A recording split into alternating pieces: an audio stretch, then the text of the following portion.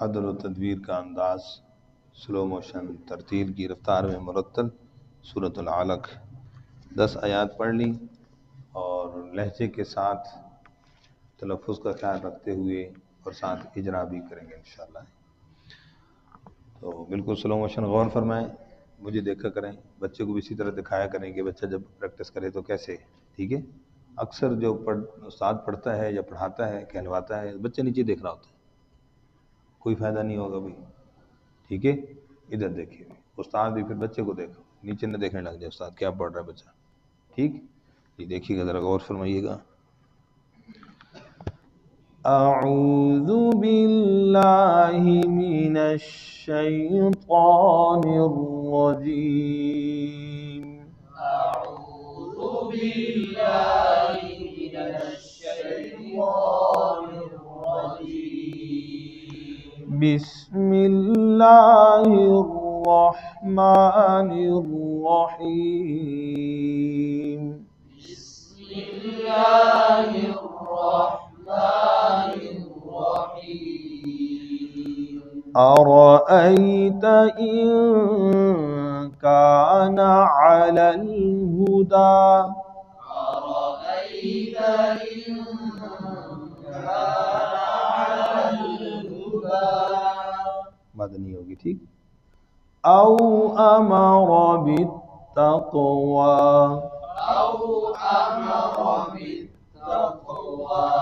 أرأيت إن كذب وتولى، أرأيت إن كذب وتولى. ألم يعلم بأن الله يرى، ألم يعلم بأن الله يرى.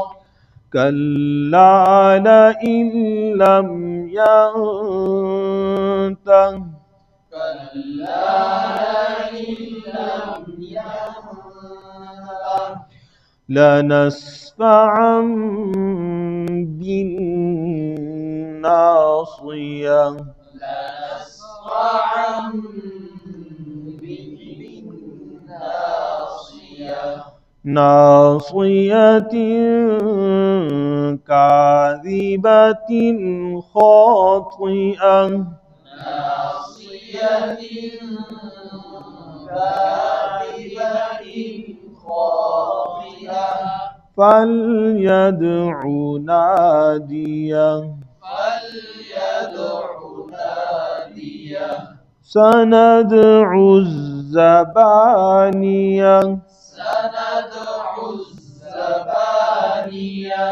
كلا كلا لا تطعه واسجد واقترب، لا تطعه واسجد واقترب. صدق الله العظيم۔ صدق الله العظيم. جی سامعین محترم، اس کا اجرا کر لیتے ہیں مختصر سا۔ اور ای ترا کو پر پڑھیں گے، زبر ہے ان کا، نون ساکن کے بعد کیا حرف ہے؟ کاف، حروف حلقی یرملون اور با کے اخفاء مع الغنہ۔ علی الہدا، علی کھڑی زبر میں الف مدہ تھا، آگے لام ساکن، دو ساکن دو کلموں میں، پہلا ساکن الف مدہ حذف ہو جائے گا، اس لیے اس کے اوپر زبر لکھی ہوئی ہے، الف مدہ کھڑی زبر کی صورت میں حذف ہو گیا، سمجھ گئے؟ شاباش۔ اچھا آگے یہ مد لکھی ہے، میں نے وقف کیا تو مد نہیں کی، تو یہ مد کا تعلق کیا ہے؟ حرف مدہ کے بعد آگے حمزہ دوسرے کلمے کا، تو یہاں پر مد لکھنا کا کیا مطلب ہے؟ ملا کر پڑھنے کی صورت لکھی گئی ہے، اگر ملا کر پڑھیں گے تو مد، لیکن جب وقف کریں گے پھر مد۔ شاباش جی۔ او امر، را کو پر پڑھا جائے گا، بالتقوی، یہاں پر با کی زیر، آگے حمزہ وصلی ہے، آگے کیا ہے؟ ہاں بس اوقات کہتے ہیں با کی زیر ہے، آگے الف ہے، تو الف سے پہلے تو زیر ہوتی نہیں ہے، کیا ہے؟ حمزہ وصلی ہے، وقف جی قاف پر کلکلا۔ اچھا جی، ان کذب کیا ہے بھی؟ یہاں پر بھی اخفاء مع الغنہ، وتولا ان سب میں وقف بالسکون۔ علم میم ساکن کے بعد کیا ہے؟ یا، حروف میم اور با کے علاوہ ہے، ٹھیک ہے، ٹھیک ہے، اظہار ہو رہا ہے۔ یعلم میم ساکن کے بعد کیا ہے؟ با، تو کیا ہوگا؟ اقلاب، ہے نا؟ کیا ہوگا بھائی؟ ہاں، اقلاب کہاں ہوتا ہے؟ اظہار تو نہیں ہوگا، اخفاء معلوم ہے، اخفاء شفی، سمجھ گئے جی کیا ہوگا؟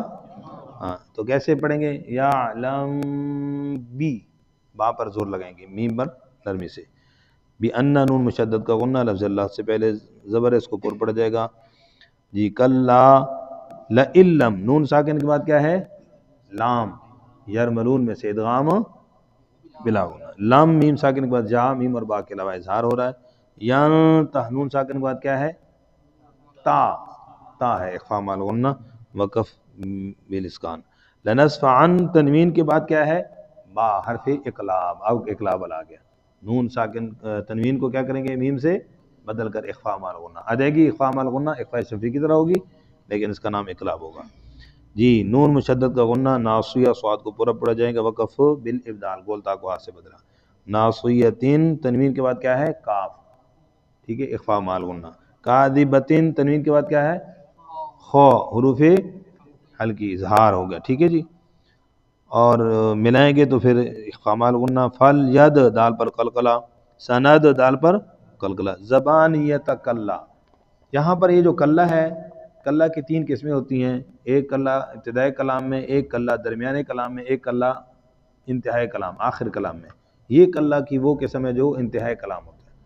تو عموماً غلطی ہم سے کیا ہو رہی ہے معاشرے میں کہ کلہ لا تطیعوا پڑھتے ہیں، اس طرح پڑھنا تو بالکل ہی غلط ہے، سمجھ گئے جی؟ کس کے اعتبار سے؟ کہ کلہ کا معنی کے اعتبار سے تعلق کس کے ساتھ ہے؟ ہاں، سند اور زبانیہ کے ساتھ ہے، سمجھ آ گئی بات؟ شاباش۔ تو لہٰذا یا تو یوں پڑھا جائے سند الزبانیت کلہ، ٹھیک ہے، یا پھر سند الزبانیہ کو علیحدہ پڑھا تو کلہ کو بھی علیحدہ پڑھنا ہے، کلہ کو کلہ پڑھنا ہے، پنجابی یہ گال سمجھ گئے نا؟ کلہ کو پنجابی والا کلہ پڑھنا ہے، اور لا کو آگے علیحدہ پڑھنا ہے، اس کے ساتھ ملانا نہیں ہے، سمجھ آ گئی بات جی؟ آگے اسی طرح دونوں جگہ پر، تینوں جگہ پر بلکہ قلقلہ ہو رہا ہے اور وقف بھی سکون ہے، مشق کریں گے انشاءاللہ۔ جزاک